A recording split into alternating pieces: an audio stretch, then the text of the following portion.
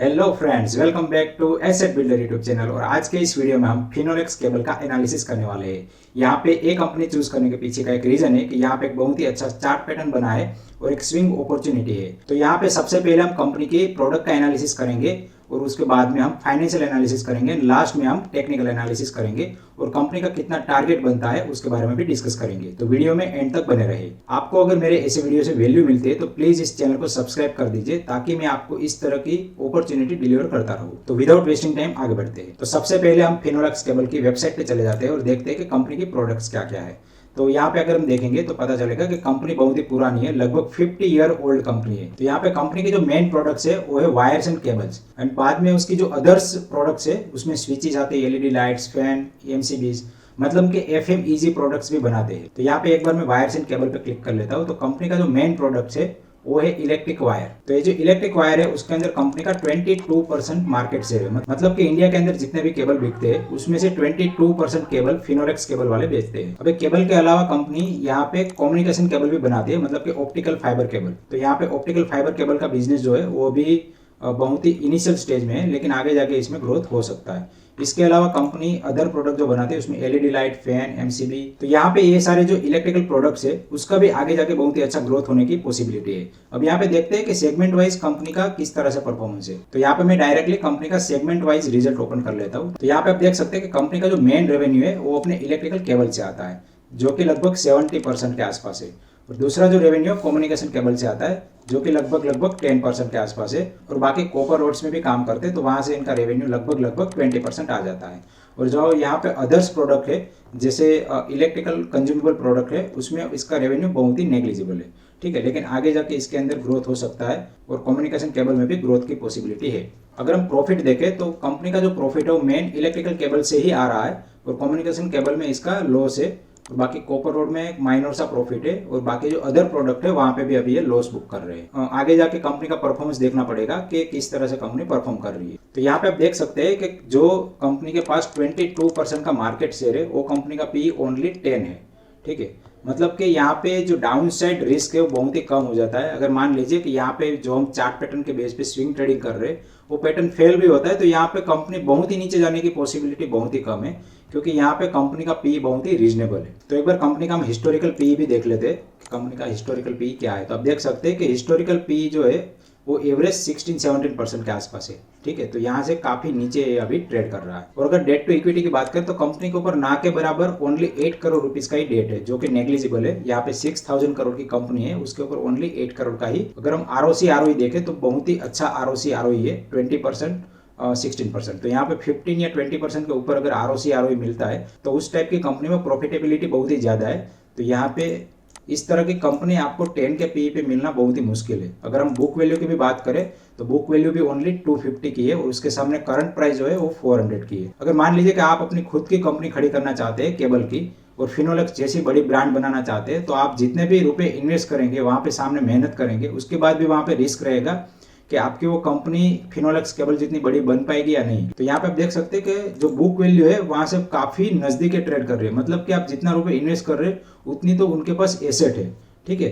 तो valuation wise ये बहुत ही अट्रैक्टिव कंपनी है। अगर हम कंपनी का क्वार्टरली रिजल्ट देखें तो लास्ट मार्च क्वार्टर में जो रिजल्ट आया था वो बहुत ही हाई आया था और यहाँ पे प्रॉफिटेबिलिटी भी बहुत ही अच्छी तरह से इंक्रीज हुई थी, ठीक है। तो यहाँ पे प्रॉफिटेबिलिटी इंक्रीज हुई लेकिन शेयर प्राइस में इतना ज्यादा उछाल नहीं आया था, तो इसीलिए यहाँ पे पी रेशियो बहुत ही ज्यादा कम रह गया। तो यहाँ पे चार्ट पे भी देख सकते हैं कि पी रेशियो कंटिन्यूसली नीचे जा रहा है। तो इसका मतलब है कि कंपनी का रिजल्ट अच्छा आया है लेकिन कंपनी की शेयर प्राइस धीरे धीरे डाउन गई है। और यहाँ पे हम ईयर वाइज प्रॉफिट की भी बात करें तो यहाँ पे ओनली 5 ईयर में कंपनी का जो नेट प्रॉफिट है वो लगभग 60-70% बढ़ गया है।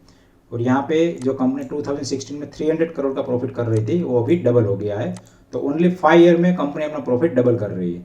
अगर कंपनी अच्छे से मैनेज करे तो ये जो प्रॉफिट है वो नेक्स्ट 5 ईयर में डबल से भी ज्यादा बढ़ सकता है। अगर कंपनी के हम बैलेंस शीट की बात करें तो कंपनी के ऊपर ना के बराबर बोरोइंग है और यहाँ पे आप देख सकते हैं कि कंपनी को लोन लेने की आदत ही नहीं है, वो खुद के पैसे से ही ग्रो कर रही है।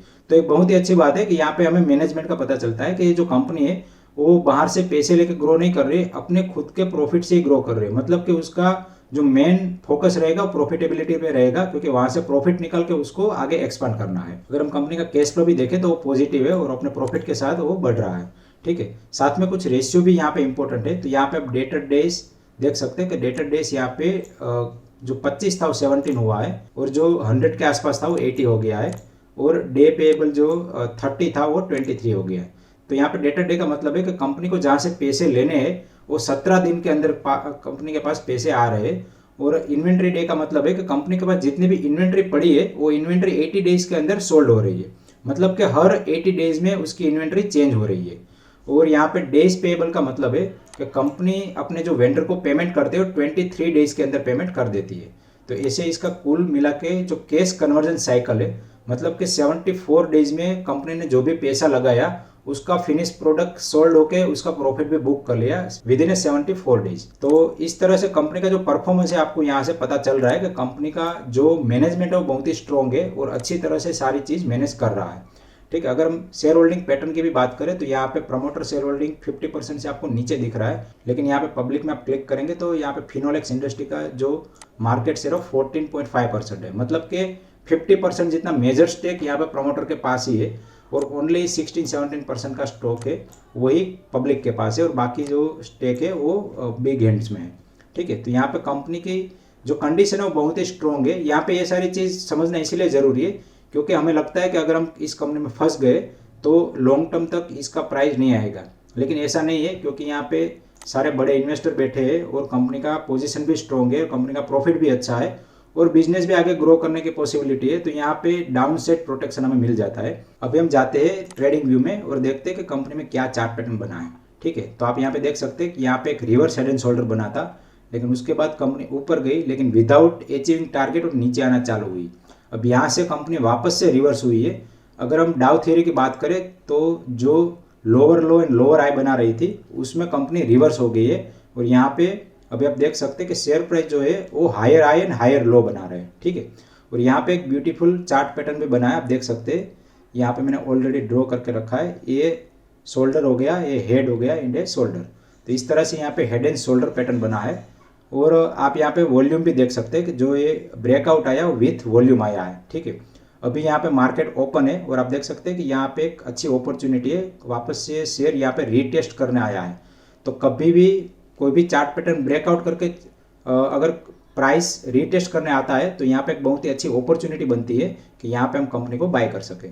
तो यहाँ से अगर हम रिवर्स हेड एंड शोल्डर का जो चार्ट पैटर्न है उसका टारगेट देखेंगे तो यहाँ से ये जो टारगेट है वो लगभग बन जाता है 18% के आसपास, और ये जो 18% है उसको अचीव होने में विद इन 3-4 मंथ लगेंगे अगर मार्केट कंडीशन अच्छा रहा तो।